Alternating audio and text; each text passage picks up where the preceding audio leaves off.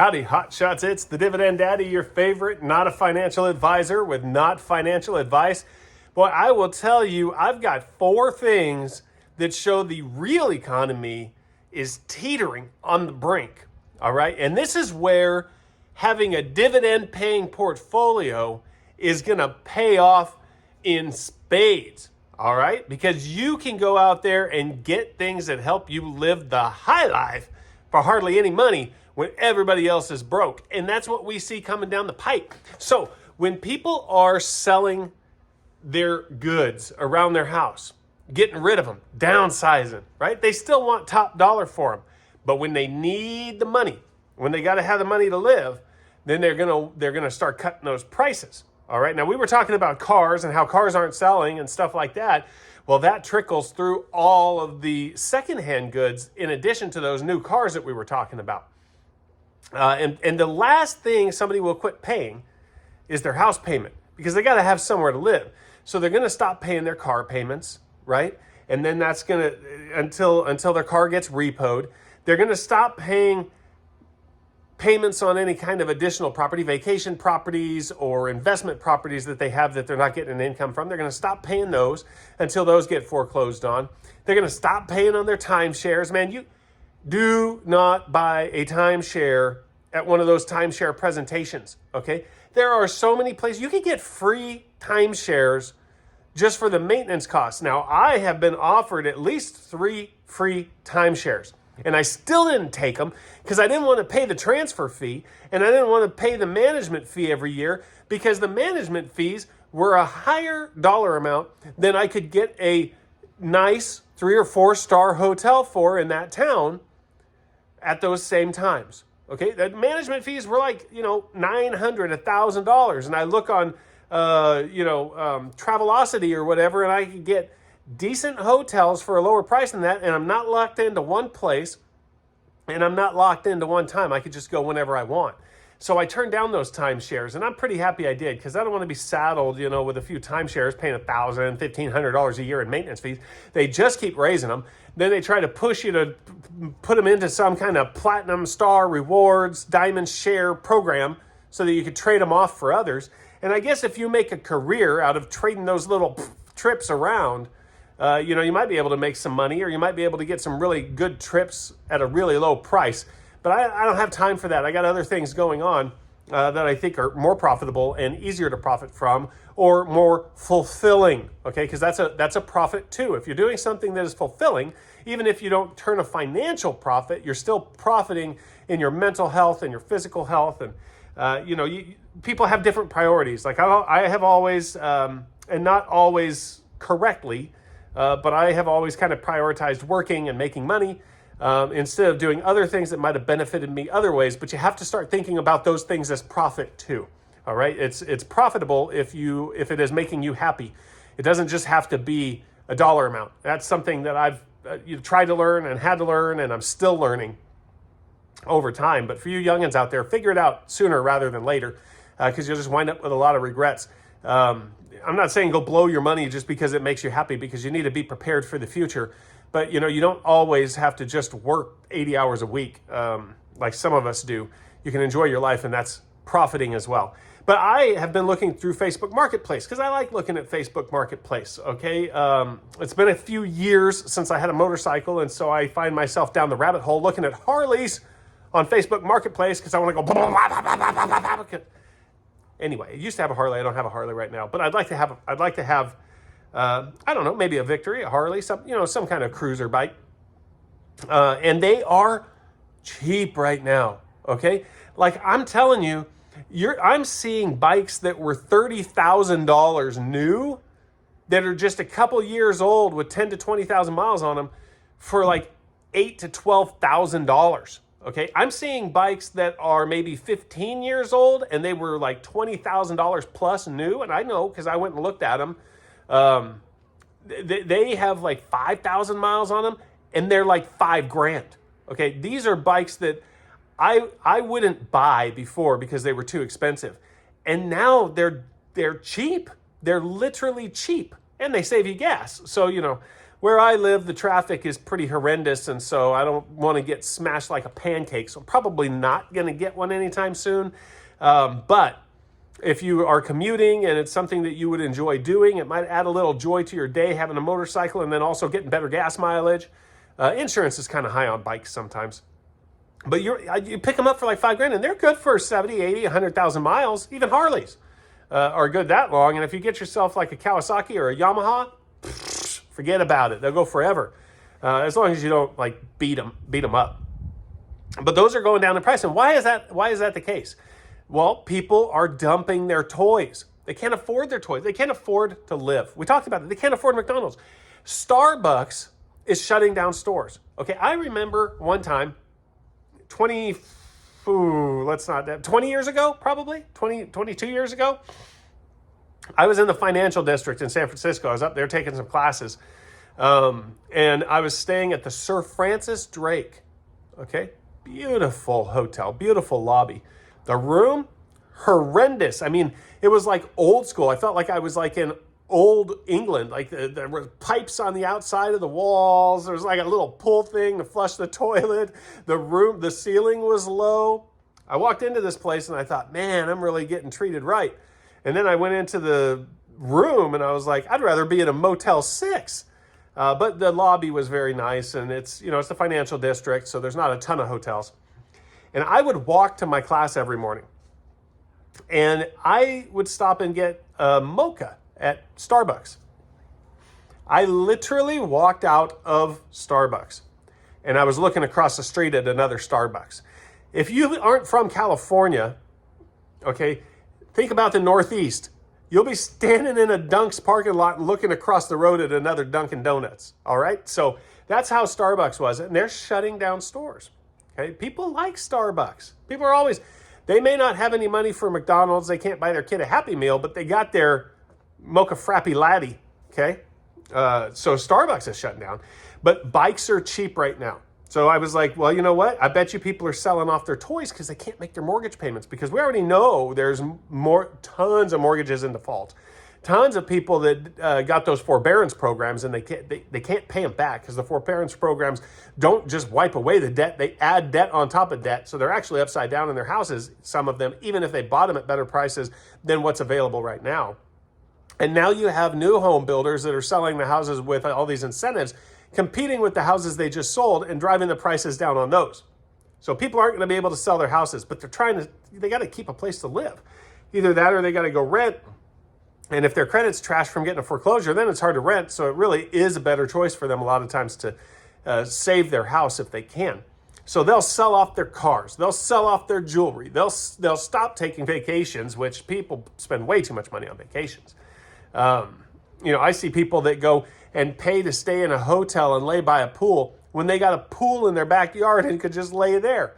But I digress. Just go lay by the pool, drink some cheap vodka, smoke some Pall Malls, okay, in our backyard. Sounds like a pretty good day. I don't need to go to a hotel to do that. Another thing that I knew that people were buying that might be getting cheap, I was like, you know what? If bikes are getting cheap, I'll bet you travel trailers are getting cheap too. So I go and I look in travel trailers that were $30,000, $35,000, $40,000 new. They've been used a few times. They're several years old, but they've been used a few times, and they're like $5,000 to $12,000. Okay, those same things, especially during COVID when nobody could go to a hotel, and so they were just going out camping. Those same trailers used were selling for $18,000, $20,000, $22,000. Now they're $8,000. So people aren't going to keep paying a payment on a trailer, especially because they probably have to store it. So they got another $150 a month storage fee, just so that they could go out camping, but they can't afford to go camping. But as far as travel units go, I thought, you know what? A lot of people say, oh, well, I'm going to be a nomad. I'm going to sell my house or walk on my house, and I'm going to go live in a van down by the river. So I looked it up, and travel vans, yeah, those are still expensive. I see that those Sprinter travel vans still getting advertised for $100,000, $115,000. I guess people are going to go live in their vans. If you don't have any kids, that might be a good choice. So I'm kind of surprised that travel trailers are so cheap, but I think it's because there's so many of them out there. there's less travel vans. There's just not as many travel vans, but the travel vans are easier. I've seen some of these people on YouTube that are stealth campers. They live in their van, but they can park in any neighborhood because they're just a van. So they can just go park by the curb, sleep, go to the gym and take a shower, whatever they do. Go sit at McDonald's and drink a coffee and use up the Wi-Fi. Not Starbucks because they're shutting down. But the trailers are cheap right now. The vans are still expensive. So that tells me two things, right? People probably want to live in the vans, and they can't really go stealth camping in a trailer. That's for actual camping, or if you have a piece of land to park it on. So those are getting cheap because those are family toys, and they need the money because they got to pay their bills.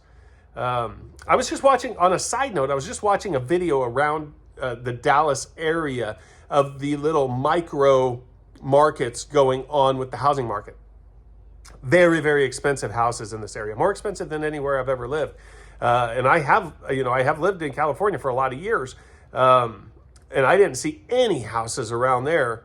I'm sure down in the Hollywood Hills and stuff there probably were, but the houses in the DFW area, there'll be a $10 million house like 2 miles away from, a crack house. So there's very expensive houses down here, a bunch of oil money, I'm assuming, and now tech money, a bunch of tech companies coming in here. The realtor that was doing the video about the little micro markets in Texas was saying that a lot of the tech employees in this area have lost their jobs. And the ones that haven't lost their jobs are scared of losing their jobs. And so a lot of the middle markets, $600,000 to $1 million houses, that middle market like that, has been taking a hit in a lot of these areas because of all those jobs that are either gone or at risk. And are those jobs ever going to come back? With AI in the mix now, I don't know. The people that did lose their jobs, good luck finding a new one.